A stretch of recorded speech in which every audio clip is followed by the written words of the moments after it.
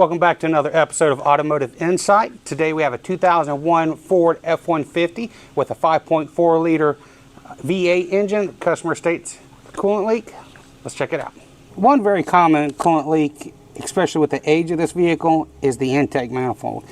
As you can see, there's coolant in the valley and there's dried coolant coming down from the intake, so this needs an intake manifold. All right, first thing we're going to do is remove our radiator cap, or the reservoir cap. Obviously you need to make sure that the engine is not hot. Then we're going to work on draining the radiator. It is a 19 millimeter. Before we start taking anything off, we're going to blow any debris out from in the valley and from around the spark plugs.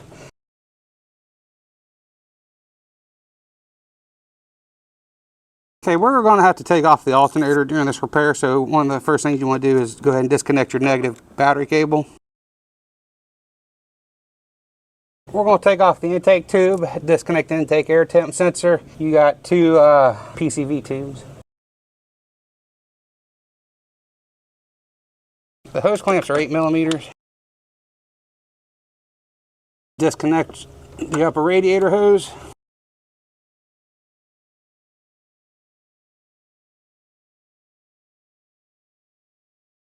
Alright, we're going to work on our throttle cable bracket. We're going to disconnect our TPS sensor. Yeah. And our EGR regulating solenoid.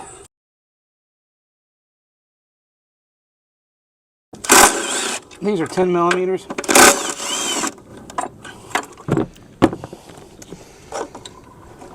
Spring.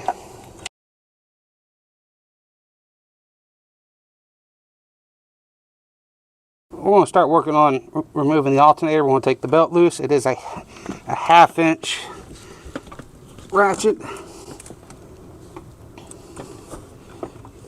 Working on pulling the alternator. The B plus cable is 10 millimeter. All of our mounting bolts are 10 millimeters. There's a bracket at the back. These two can come off. Lower mounting bolt.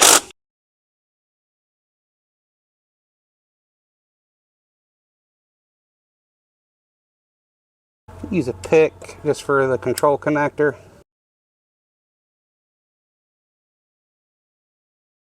Okay, remove this bracket. They're 8 millimeters.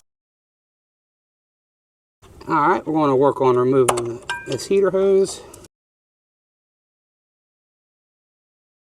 Okay, we're going to work on removing the bracket. Has the DPFE sensor on it. The one connector, one 10 millimeter bolt.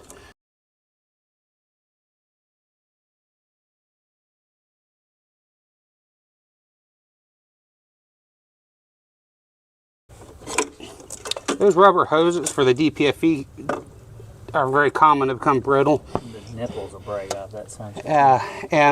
But you can pick up these hoses in like the help section pretty much at any local parts store. EGR tube, we've already had the nut pre-soaking, WD-40, just a good adjustable.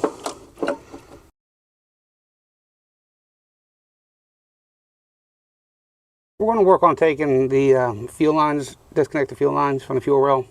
There's two of them, supply and return. They have two metal locking clips that are easily removed. Then they've got spring retainers. Usually use these. There's different sizes, so these kind of work well. They also have quite a few different designs. So each of these hoses are actually a different size. The clamp style didn't work very well, so these are just we have like a multi-piece disconnect set. Okay, we're going to work on the vacuum line at the purge valve. We're also going to do the one on top of the throttle body. You could just do this. That's what I was thinking. So, another vacuum line on the passenger side.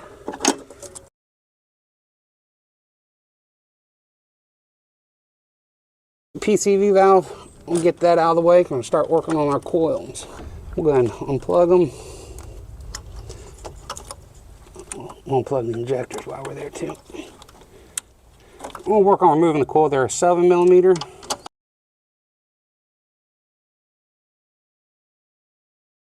This is a byproduct of the intake leaking. This isn't a perfect seal. This is at the top of the spark plug tube, but the coolant sits in there and starts to rust things out. So doing this job, I would recommend at least replacing the one coil that's an issue. I would highly recommend replacing all of them, as these coils are notorious for going bad even without this issue. Take off the ground strap. It is routed between the intake and the fuel rail. It's an 8mm. Now we're going to work on the manifold bolts. There's 11 of them. There's 5 down the passenger side. There's 5 down this side, and the other thermostat housing bolt makes 11. They are 10mm.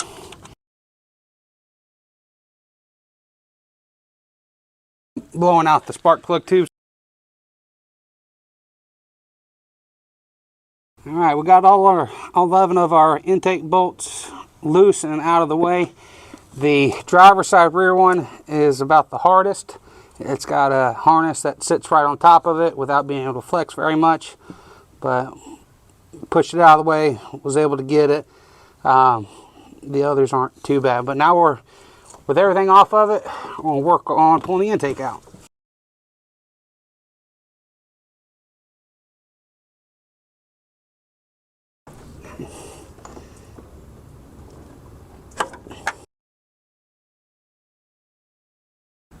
So we got our old intake, new intake. This is an aftermarket Dorman. I even compared it to some of the others. This will fit, but you can see it's a lot shorter. I don't know if they decided that the runners on the bottom aren't quite as bulky or need to be that big, but even though it is different, it will work. Dorman has changed the design of it. The seals are integrated into the manifold.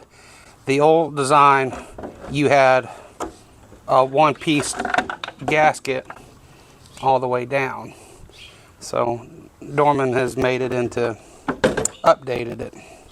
So now whether or not they'll last longer due to our parts video, we'll find out down the road.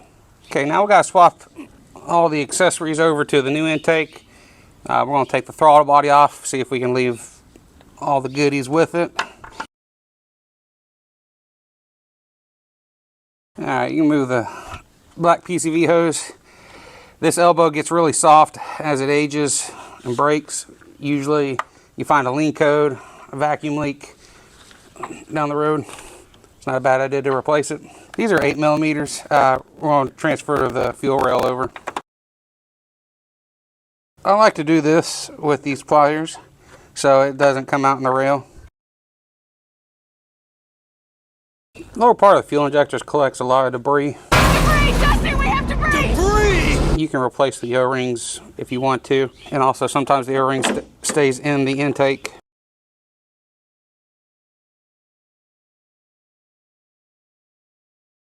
There's a goodie bag that comes with the intake. New thermostat and gasket. 2 different types of screws. Copper looking ones. There's copper looking wood screws. Are for the coils. And the silver looking wood screws. Start putting our wood screws in. Put our tube back on here. So the only bolts that you reuse is going to be the throttle body bolts. I've cleaned up the surface. It had just a little layer of carbon in it.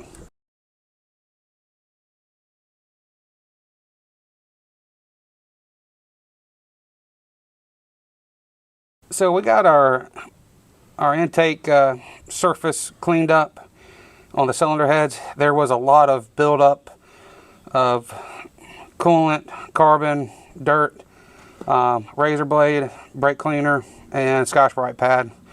Worked well to clean it up. I know we didn't talk about it, but on the IAC, was plugged in, it was really hard to see. So as the intake was coming out, you could see it pulling on the harness, which is not bad. Just once the intake's coming out, you can unplug it. So, but we're also going to do the same thing. We'll plug it back in as we're trying to reinstall the intake. Now, the aftermarket one is a little bit easier just because the bottom isn't quite as big. But make sure all your connectors and hoses are out of the way.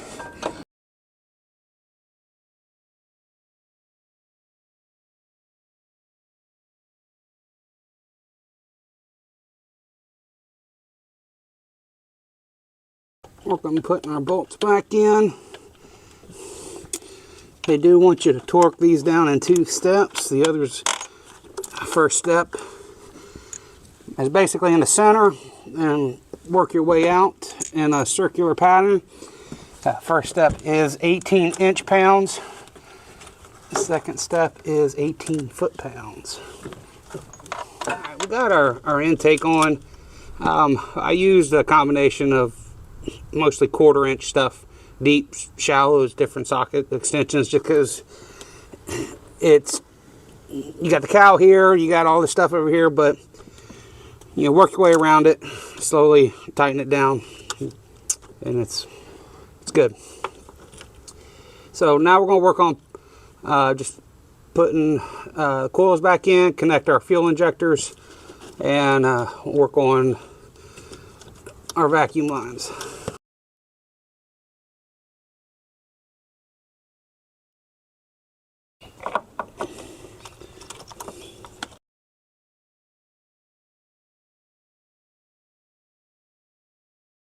You can just put your PCV valve back in, and we'll work on putting our ground strap back on.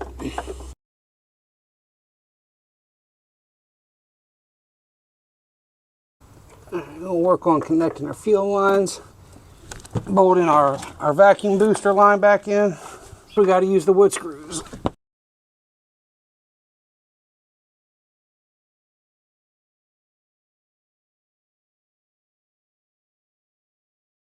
The white hose back to the PCV. Red one to the fuel pressure regulator, our EGR tube.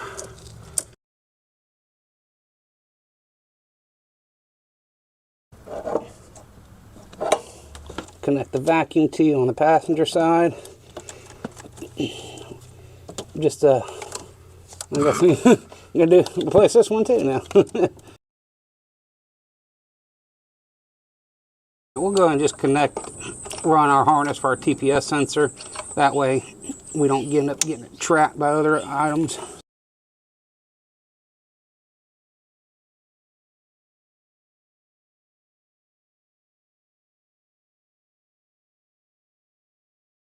DPFE sensor in. Work on the hoses. If you do mix these up, these can set codes. I think you'll get insufficient flow codes. Do the heater hose. Alternator can go on next.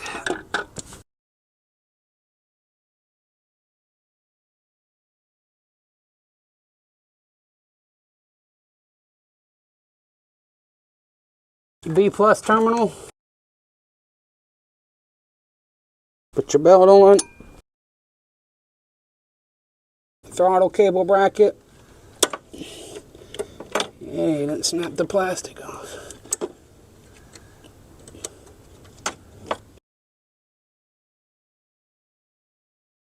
Install the front bracket for the power steering reservoir.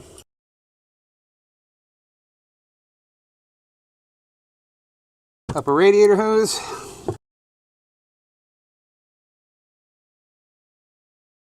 Intake tube. PCV hoses. And throttle spring.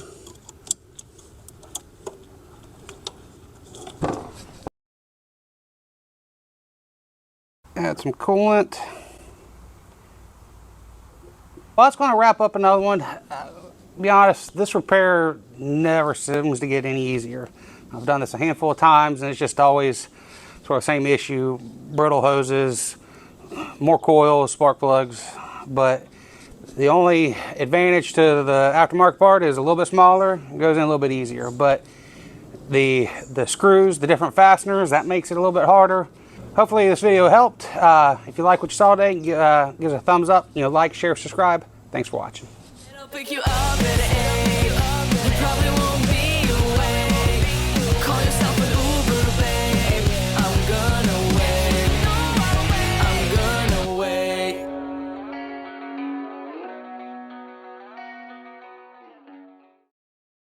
That's the way the cookie crumbles.